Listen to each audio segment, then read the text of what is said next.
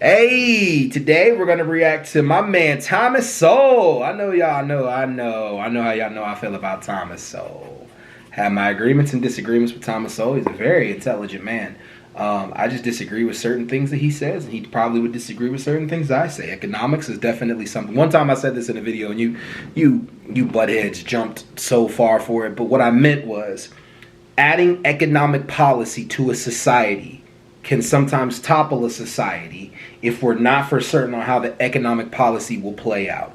I said economics can be dangerous to add to a society. And somebody was like, oh yeah, the economics is stupid. Economics is dangerous to society. That was stupid. Yeah, I made a mistake. I did make a mistake on that. I misspoke, but that's what I meant. I meant if you added Keynesian economics, it could cause a crash. If you put tariffs in the economy, it could cause a crash. Or it could fix the economy. You never know. We just got to give everything a chance. But anyways, let's hop right into it. No time to waste. I like Thomas Sowell, though. Boom. He's going to talk about AOC. I like AOC. Just being real. A recent YouGov poll found that 19% of millennials, 1 in 5 young Americans, holds a favorable view of communism. Yes. Now let me quote one of these young millennials, a new member of Congress, Alexandria Ocasio-Cortez, who represents the Bronx. Before he quotes her, just keep in mind the reason why they look at socialism as something good is because prices have gone up, but wages haven't gone up. People are making a lot less. There's a lot less jobs. It's scarce out here. People are trying to survive. So they're needing, people feel like at this point, college is too high, housing is too high, cars are too high, grocery prices are too high. What a lot of people need is some kind of government intervention to help. That's what people feel like they need right now. So communism is where a lot of the younger generation is leading because they don't have access to the same things that their parents had access to. Straightforward. That's the only reason why a lot of them are leaning towards communism and socialism. A lot of them, myself included, like I think government intervention needs to do something, But people could argue that government intervention is the problem. But let's go. It's not all that far from where you grew up.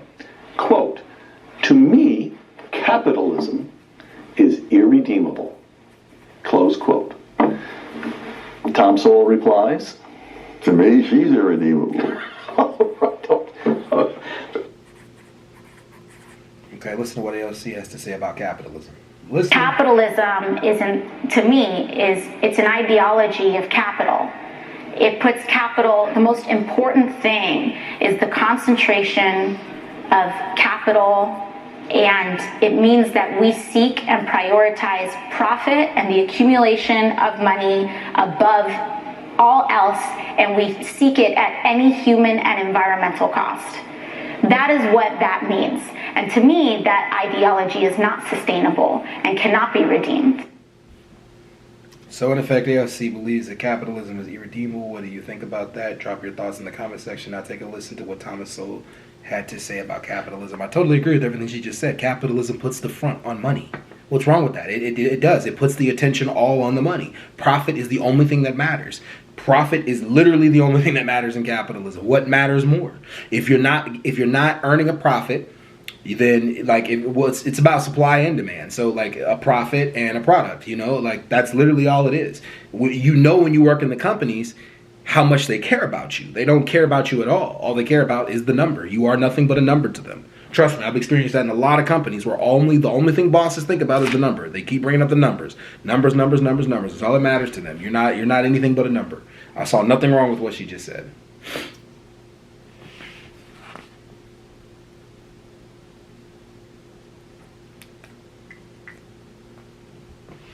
Again, on your website, factsagainstrhetoric.org, you provide a reading list, but you also provide links to a number of videos and podcasts. Here's one. This is a link to your old professor at the University of Chicago, and then for many years your colleague here at the Hoover Institution, Milton Friedman. In this video, to which you link on your website, Milton is addressing the question, is capitalism humane? Take a look at this, if you would, with me, Tom. It's true that if you had a concentrated power in the hands of an angel, he might be able to do a lot of good, as he viewed it. But one man's good is another man's bad. And the great virtue of a market capitalist society is that by preventing a concentration of power, it prevents people from doing the kind of harm which really concentrated power can do. So that I conclude that capitalism per se is not humane or inhumane. Socialism per se is not humane or inhumane. But capitalism tends to give free rein, much freer rein, to the more humane values of human beings. It tends to develop a climate which is more favorable to the development, on the one hand, of a higher moral atmosphere of responsibility, and on the other, to greater achievements in every realm of human understanding. Thank you. 100% agree with them on that. I do agree that capitalism has that effect, but the negative downside to it is the crazy part. See, I think that capitalism is going to innovate the future for socialism. I think it will. I think it will. But the problem with capitalism is greed. It's why this country is the way it is, man. It's so bad. Like greed is an argument that I don't think. I know Milton Friedman. I know he did because he's a genius. I know he is. I love his stuff. I love Milton Friedman. He took in. I know he had to have taken the concept of greed. And I think he said it. He's looking at greed more than he's looking at what somebody would do if they had the ability to just control people in power. And that's what socialism sometimes leads to, government-wise. But I don't think they say that the entire government should have to be socialist. I think what they're trying to say is socialize the workforce, socialize the specifically Richard Wolff is saying this, and I know AOC would agree with this, but specifically socialize the workforce, where the workers are more, it's more democratic. The surplus is more divided amongst the workers. And there's more of a conversation amongst the workers within their futures and their destinations. Just like a union almost in a way, but just a little stronger. And unions are being rolled back on left and right, just to let you guys know, but let's keep going. All right. That's Milton. Now, it's one matter to argue that capitalism represents the least bad system. But it's another to argue, as Milton did just then, that capitalism produces, quote, I'm quoting Milton in that clip, a higher moral atmosphere, close quote, and again, quote, greater achievements in every realm, close quote.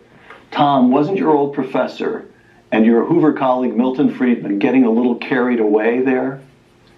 I don't think so.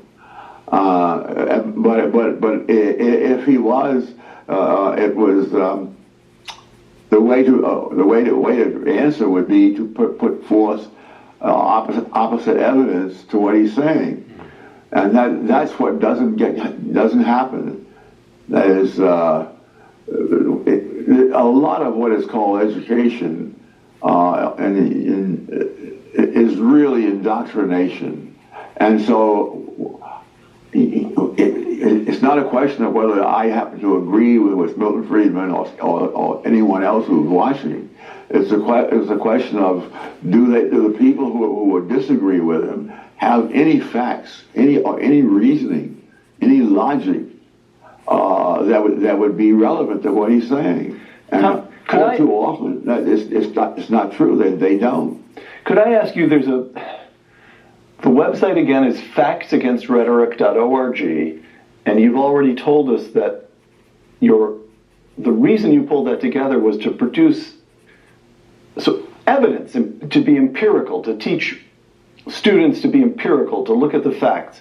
On the other hand, from this passage I just quoted, from Basic Economics, your book, empirical questions are the questions that must be asked if we are truly interested in the well-being of others. And then Milton just said in that clip that capitalism produces a higher moral atmosphere.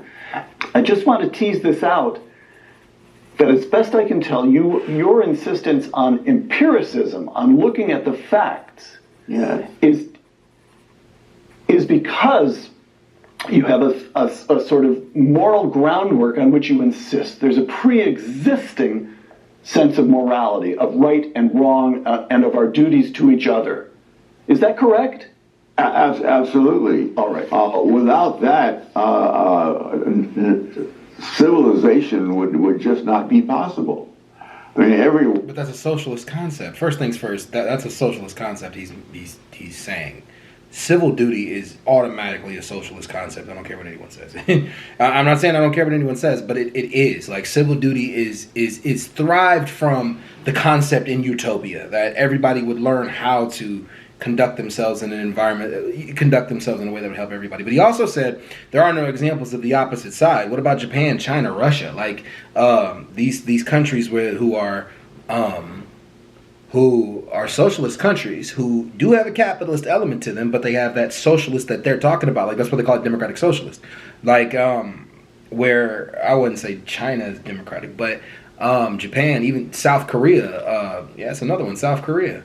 They all have somewhat communist governments. No, it's not somewhat, it's fully communist governments, and they take care of the citizens. They invest the money that they got from the capitalists back into the system. That's what the people's problem is, that the money that comes from the capitalists don't trickle down to the people.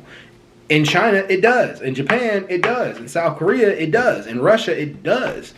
Russia, I'm kind of questionable, but it does. It seems like it does. Other places too, Denmark, Sweden, the money trickles back down into the citizens, and they have a better living arrangement. That's why the Greenlands don't want to come and be American, because they like how their living arrangements are now. They don't want to change it.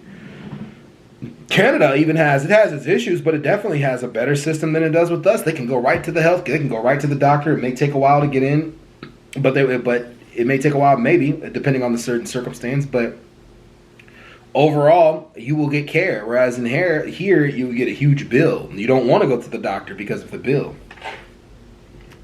One of us is vulnerable to all sorts of things.